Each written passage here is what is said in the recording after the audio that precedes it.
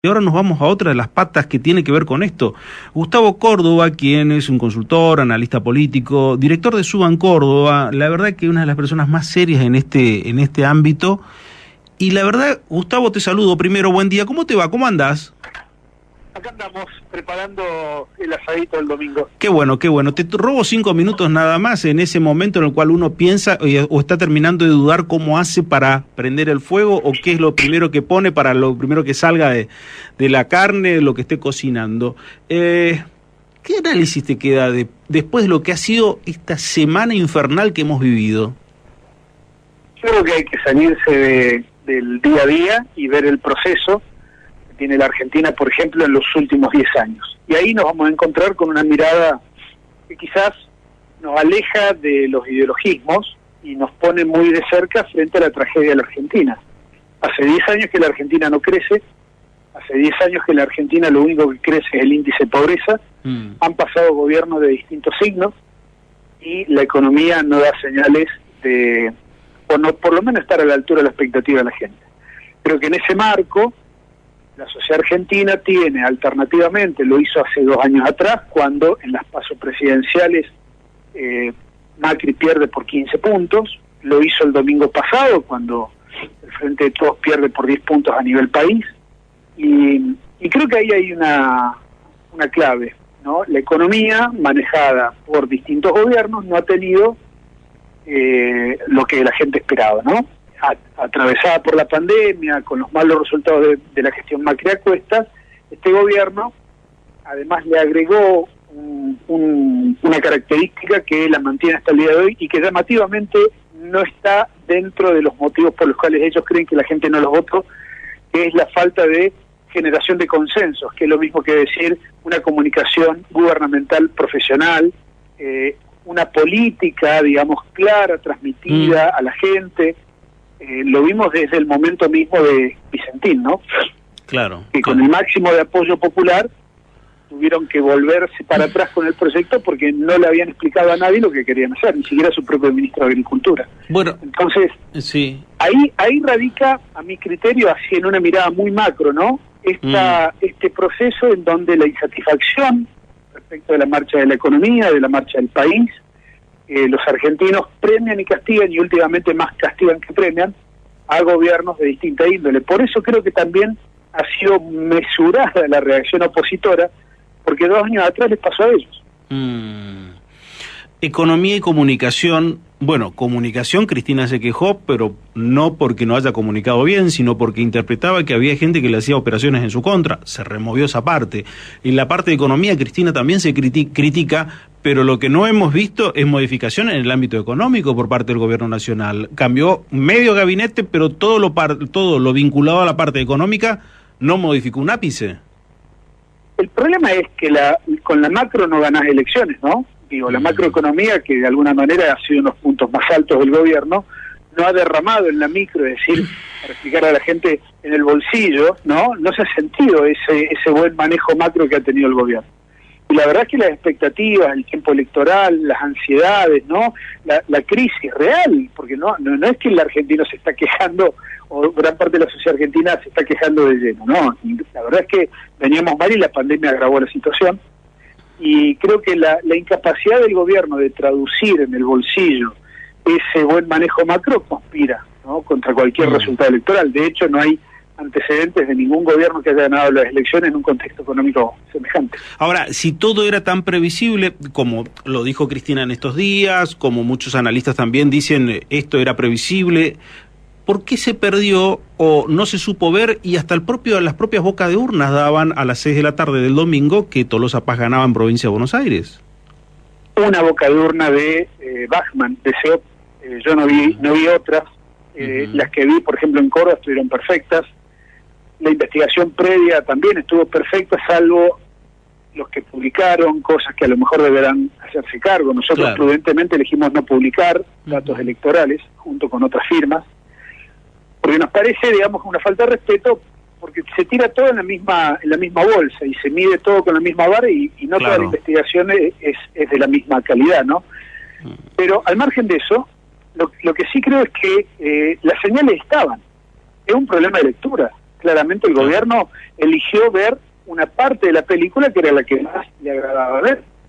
Uno cuando, tiene la pantalla de cine delante de uno, tiene que tratar de ver todos los aspectos de la película, no solamente la partecita que uno fue a ver.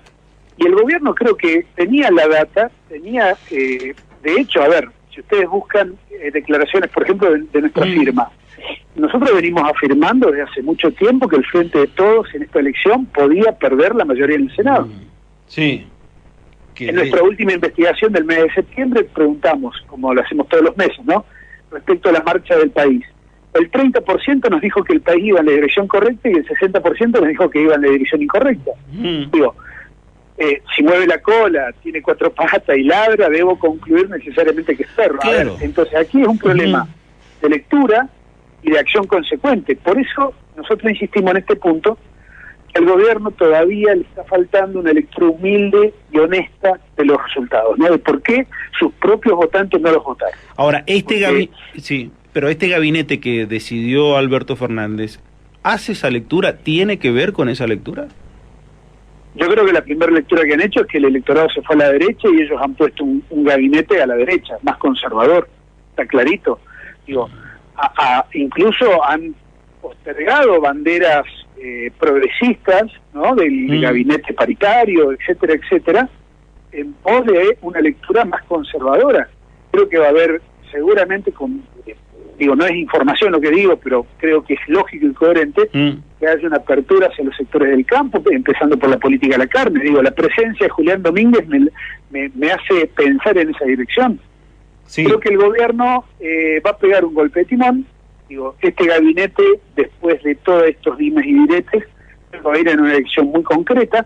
Puede gustarme o no, puedo estar de acuerdo o no. Lo que sí veo es que el gobierno ha tomado decisiones, no ha transparentado los motivos, ¿no?, las causas de qué lectura ha hecho el gobierno para ir en esa dirección, pero claramente el gobierno de Alberto Fernández hoy tiene una dirección que no tenía antes de las elecciones. En ese sentido, ¿crees que le va a alcanzar pensando la proximidad de las elecciones? ¿Se puede cambiar todo? No lo sé, si tuviésemos la respuesta a esa pregunta.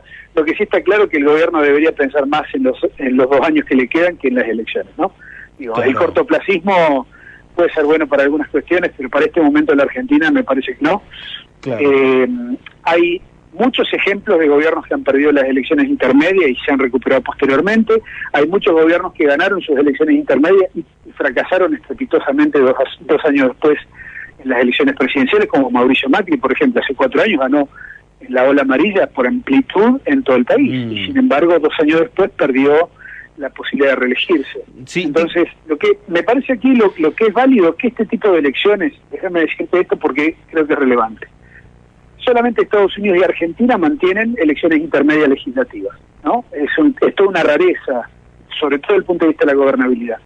Imagínate la ausencia o la falta de una reforma política que la Argentina viene pidiendo a gritos desde hace rato, desde, por ejemplo, un diputado nacional en Capital Federal que cuesta menos votos que en el interior del país, por ejemplo, ¿no? Es decir, que los porteños están sobre representados y en el interior estamos subrepresentados. O, por ejemplo, incorporar la boleta única de papel a este sistema de votación, lo cual redundaría en mayor transparencia y sobre todo un ahorro en el costo de la impresión de las boletas. O, por ejemplo, no hacer obligatoria en las PASO para partidos que no tienen disputa. Imagínate el dolor de cabeza que se hubiera ahorrado el gobierno si solamente hubiese concurrido a votar, por ejemplo, Juntos por el Cambio su primaria. Pero hay muchas cosas que quedan dando vueltas, que evidentemente hace 2 años también, ¿no? Vos te acordarás el vacío de poder que se generó cuando perdió Macri. Claro. Hubo un momento que todo el mundo decía, ¿cómo puede ser que nadie haya pensado el tiempo entre las PASO y la general? Se cae el país, se cae el gobierno. Si Alberto Fernández, que hoy está en la cuerda floja, ¿no? No hubiese puesto el precio del dólar en aquel momento, el gobierno Macri caía. Entonces, creo que hay que tomar las cosas, creo que el eje es la economía, creo que el eje son las buenas decisiones. En ese punto creo que el gobierno de Alberto Fernández ha venido fallando desde que asumió hasta el día de hoy, dilapidó un crédito abierto al momento de la apertura de la cuarentena y tiene ahora sí 2 años para demostrar qué tiene para darle a los argentinos en materia económica. Déjame preguntarte por la oposición. porque, a ver, yo miro el mapa y digo, bueno, la oposición se ve fortalecida, pero veo un radicalismo que perdió provincia de Buenos Aires, que uno de sus principales referentes, como era Mario Negri, terminó perdiendo en Córdoba. Bueno, digo, me voy por el lado de Mauricio Macri, pero los candidatos que fue apoyando a Mauricio Macri no tuvieron una buena performance en las elecciones, del mismo Negri podemos decir en provincia de Córdoba, pero miro que dentro del PRO hay una corriente que está vinculada a Rodríguez Larreta, quien termina fortaleciéndose hasta con un Frigerio que gana en Entre Ríos. ¿También hay un reacomodamiento de la oposición o cómo observás vos esto que ha ocurrido 7 días atrás? Mirá, este tipo de elecciones nos da una suerte de plebiscito a la gestión presidencial y fue un voto castigo clarito, ¿no? Con un voto bronca inclusive te diría. Lo otro que deja este tipo de elecciones es el reacomodamiento relativo de los liderazgos internos de cada uno de los espacios políticos. En Juntos por el Cambio aparece nítido, como bien planteas, Larreta al frente del liderazgo, digamos, de Juntos. Ahora, déjame decirte una cosa. Yo no subestimaría al radicalismo que viene creciendo de a poco y de manera importante, porque a Jujuy, a Mendoza y a Corrientes le ha agregado ahora lo de Maxi Puyaro en Santa Fe, que ha sido una elección excelente, lo de Manes, ese 15% puro del radicalismo de provincia de Buenos Aires, es todo un dato que antes no existía, y en Córdoba, déjame decirte que, está bien, seguramente el radicalismo le va a agradecer los servicios prestados a Mario Negri, pero la irrupción de Rodrigo de Loredo como un líder que puede potencialmente llevar al radicalismo a lugares donde hace años ningún dirigente lo ha llevado, es todo un dato. Entonces yo veo un radicalismo más renovado, más joven, que coordina más políticas, y lo veo a un Mauricio Macri allá al fondo, ¿no? Es decir, como bien planteas, la derrota de sus candidatos, la mala lectura, inclusive te diría más, analizar cuántos diputados y senadores del próximo Congreso son macristas puros. Ahí me parece que al expresidente se le escapó la tortuga, no supo leer bien y no supo meter, digamos, nombres propios en las listas. Podemos decir, perdieron los oficialismos, no solamente a nivel nacional, sino los oficialismos partidarios. Perdió el gobierno, obviamente, y perdió lo que era el oficialismo dentro del ámbito de la oposición. Si miramos 2 años atrás con la figura especialmente de Macri y esa cúpula radical. Sí, porque todos jugaron a una cosa que en la previa de las elecciones la planteamos con mucha claridad, ¿no? Las campañas electorales le hablan a los políticos, no le hablan a la gente. En ese tren, Juntos mantuvo su electorado y los que no fueron a votar fueron los votos del Frente de Todos. Digo, pero el votante de Juntos votó a Juntos más que nada por el clima ideológico que había en el país, no porque Juntos hubiese dado muestras de un buen gobierno, ¿no? En las encuestas sale eso, y la verdad es que estamos eligiendo lo menos malo, estamos eligiendo por descarte, estamos eligiendo por rechazo o por bronca. Entonces, en este punto lo que hay que plantearle a la política es, ojalá aprendan a leer, porque los datos están siempre, ¿no? Las señales están. Digo, el problema es cuando de manera caprichosa la dirigencia tiene su propia realidad virtual, ¿no? Ahí sí estamos complicados. La verdad que te mando un abrazo, Gustavo, como siempre, gracias por tu análisis, por tu tiempo dispensado y por esa prórroga para iniciar el fuego para el asado el domingo. Gracias, un abrazo. Chao. Gracias, Gustavo Córdoba, consultor y analista político, director de Suban Córdoba, analizando con nosotros.